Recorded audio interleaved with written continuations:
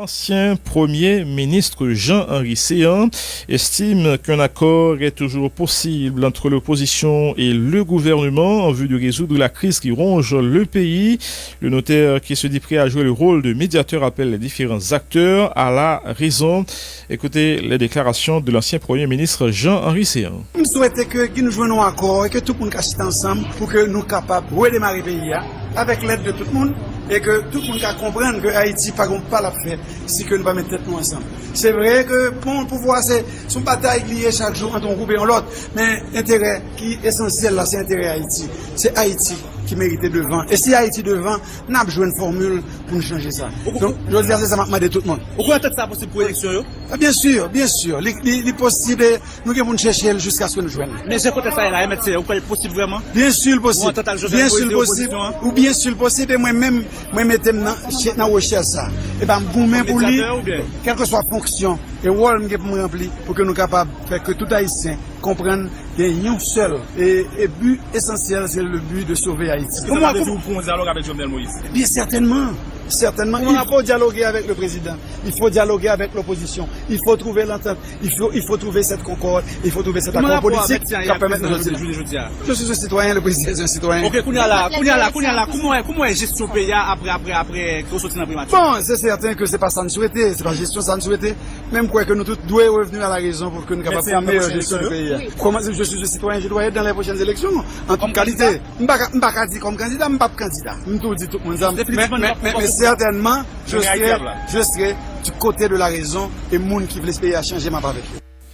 L'ancien Premier ministre Jean-Henri Séan. Décès de l'ancien ministre de l'économie et des finances, Yves-Romain Bastien, souffrait d'un cancer et était soigné aux États-Unis avant de se rendre en France. Il a rendu l'âme samedi dernier à Lyon. Yves-Romain Bastien a été nommé ministre de l'économie et des finances sous l'administration privée Jean-Charles durant la période de transition de mars 2016 à février 2017. Il a été également membre du conseil de modernisation des entreprises publiques pendant plusieurs années sous la présidence de René Préval. L'ancien président Jocelyn Prévert a exprimé sa tristesse sur Twitter, saluant le départ d'un ami, d'un homme rigoureux et d'un patriote dévoué pour qui il avait beaucoup d'estime.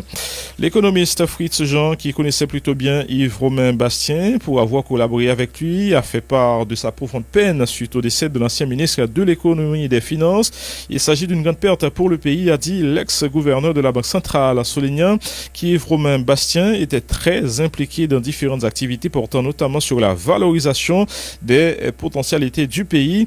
L'économiste Fritz Jean. Depuis quelques mois, j'ai entendu que Yves souffrait d'un cancer. Je ne connais pas exactement de qui cancer et je connais que tu voyagé pour ça. Depuis ça, tout le monde qui est dans l'environnement, le monde qui te connaît Yves, le monde qui pratique au niveau professionnel. Et tout le monde a dit que Yves, son monde est très impliqué dans ces activités. Par exemple, songez que Vision 2000 était là, que Yves a participé dans la rencontre que nous avons fait Tour du Nord pour célébration et fête champêtre Tour du Nord parce que là, nous avons toujours pensé, et Yves t'a pensé le tout, que nous avons une série de valeurs, nous avons une série d'opportunités dans le pays, nous manquons d'exploiter. Et c'est dans le cadre de ça, Yves t'a venu soutenir l'activité que CEPAC a fait, Centre de promotion d'action citoyenne, que nous avons dirigé dans le nord du pays. Il est venu participer à l'activité de ça. Donc, j'étais un Magnum Ben avec Dado Passet qui était là. Donc, c'est un monde qui était très actif dans le pays, dans différents volets, dans différents aspects de valorisation qu'a dit potentialité pays. Donc, l'un de M. Moury, c'est avec la peine que nous recevons et nouvelles ça, surtout que Yves était supposé faire partie du cabinet ministériel, moi, des premiers ministres, donc les mêmes étapes ministre des Finances. Et il y a des discussions que nous avons déjà entamées sur comment que nous avons gestion et finances pays. Et là, Yves était toujours bien des idées très directes, très concrètes et très pointues sur une série de domaines. Donc c'est avec un peu de la peine que nous apprenons nouvelle là et nous souhaitons famille, amis, condoléances. Départ Yves là, qui ça le représenter pour? Représenter pour moi-même, on dit pour pays, c'est des cadres extrêmement de haut niveau. Yves fait partie de rares cadres pays de haut niveau qui ont connaissance de pays, en connaissance pratique de pays, et donc son gros père. Donc c'est un monde qui a contribué dans différents domaines d'un pays, et même si vous n'êtes pas d'accord avec approche sur différentes questions, mais là nous avons un cadre de haut niveau, ça c'est eux-mêmes qui sont fait partie de un cadre de discussion pour nous connaître qui côté que nous parlons avec pays. L'ancien gouverneur de la Banque centrale, Fritz Alphonse Jean.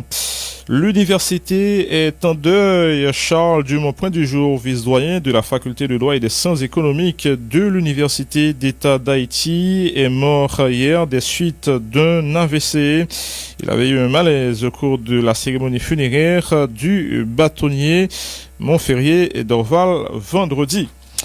Le dossier de Maître Montferrier d'Orval, justement, doit servir d'exemple pour qu'il y ait enfin une justice correcte en Haïti, a déclaré l'archevêque métropolitain de Port-au-Prince, Max Leroy Mésidor, au moment où il procédait à la bénédiction du nouveau bâton remis à la bâtonnière par intérim Marie-Suzy Legros, lors de la cérémonie d'hommage au professeur de droit constitutionnel à l'église Saint-Pierre de Pétionville vendredi. L'archevêque Mésidor, qui met en garde contre une parodie de justice, a prévenu également que tout procès bâclé sera considéré comme une défaite du droit. Un deuxième assassinat de Maître d'Orval par la corporation et de frères. Un deuxième assassinat de Maître d'Orval et de la corporation et devrait entraîner automatiquement la fermeture de toutes les facultés et écoles de droit. Écoutez un extrait des propos de Monseigneur Max Leroy Mésidor au micro de Diego Charles. Il y a un procès bâclé, ça aurait été la défaite du droit. Et là, ça, corporation a tué une autre fois encore. La justice, c'est l'emmène. La justice, c'est nous connaître. Les contours de la justice, c'est nous connaître.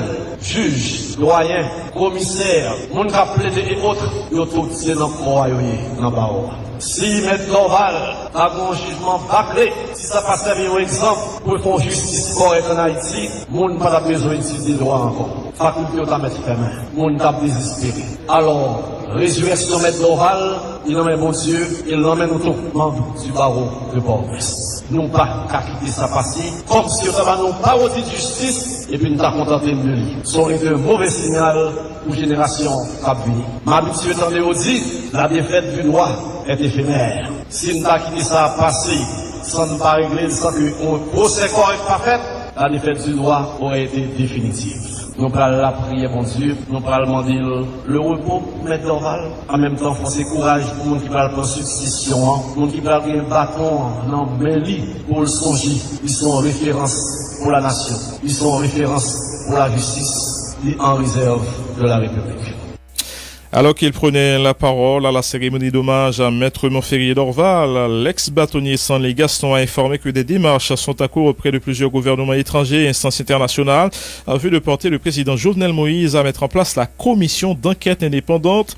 Le chef de l'exécutif n'a en effet toujours pas répondu à la correspondance que lui a adressée en ce sens l'ensemble des barreaux du monde francophone soutenus par d'autres associations de barreaux, a souligné Maître Gaston.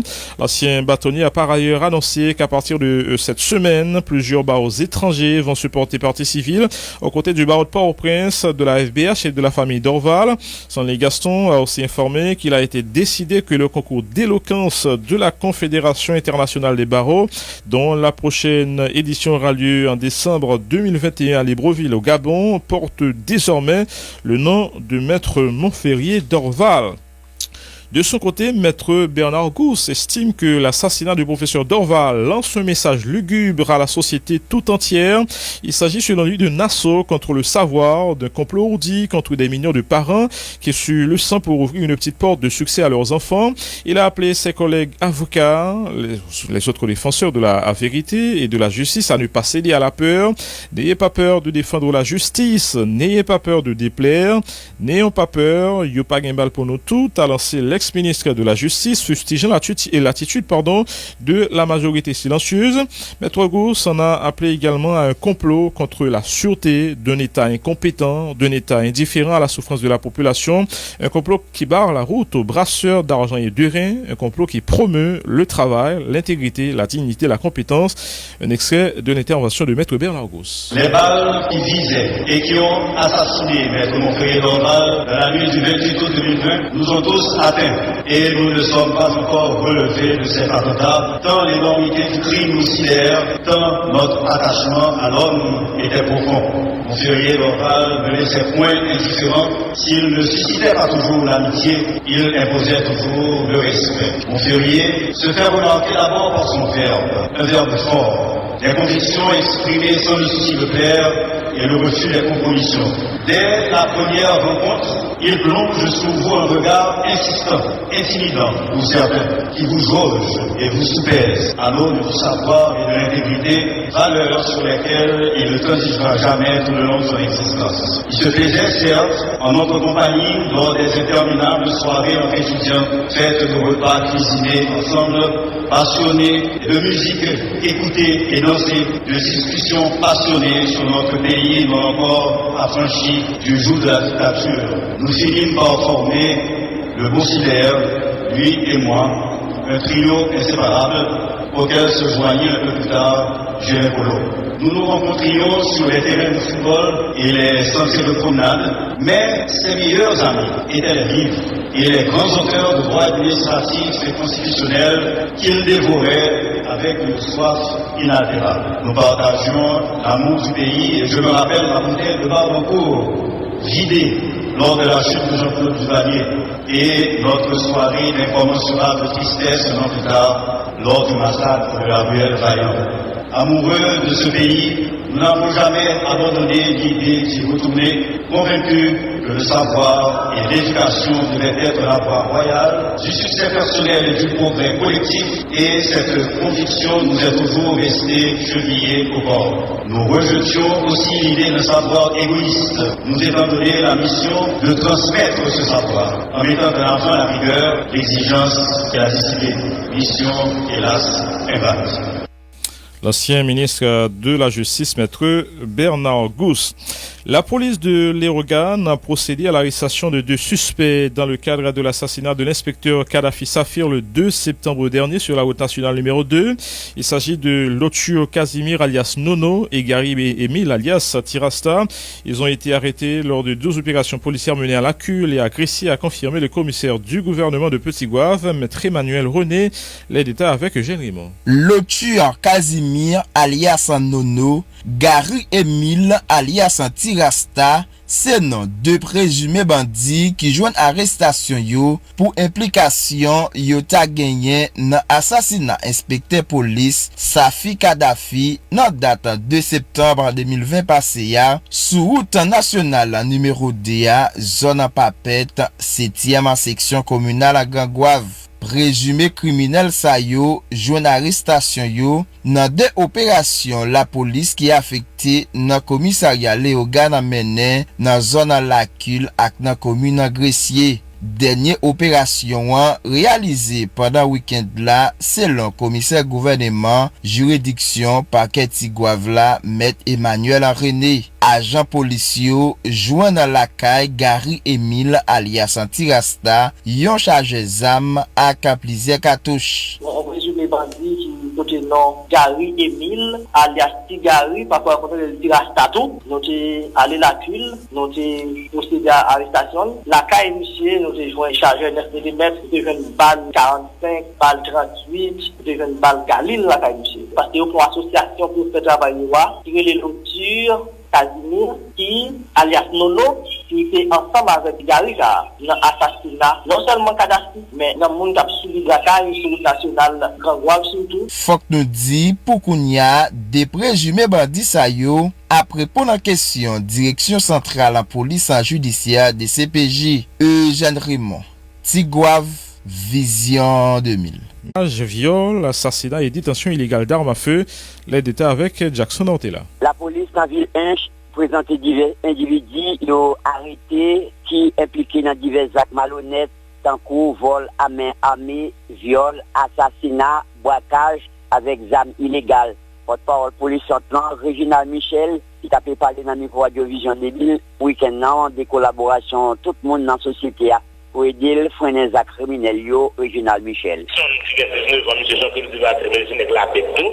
La journée 14 nous arrêté M. en détention d'une arme artisanale. Non seulement les armes artisanales, la planade, dans toute la rue, mais qui est très bien actif. Merci, monsieur, pour le présentement. À répondre aux questions de la police et par le biais de TCPJ, vous réfléchir pour le monde de droit. Nous avons un Paul jeune tuteur, monsieur, nous arrêtons monsieur pour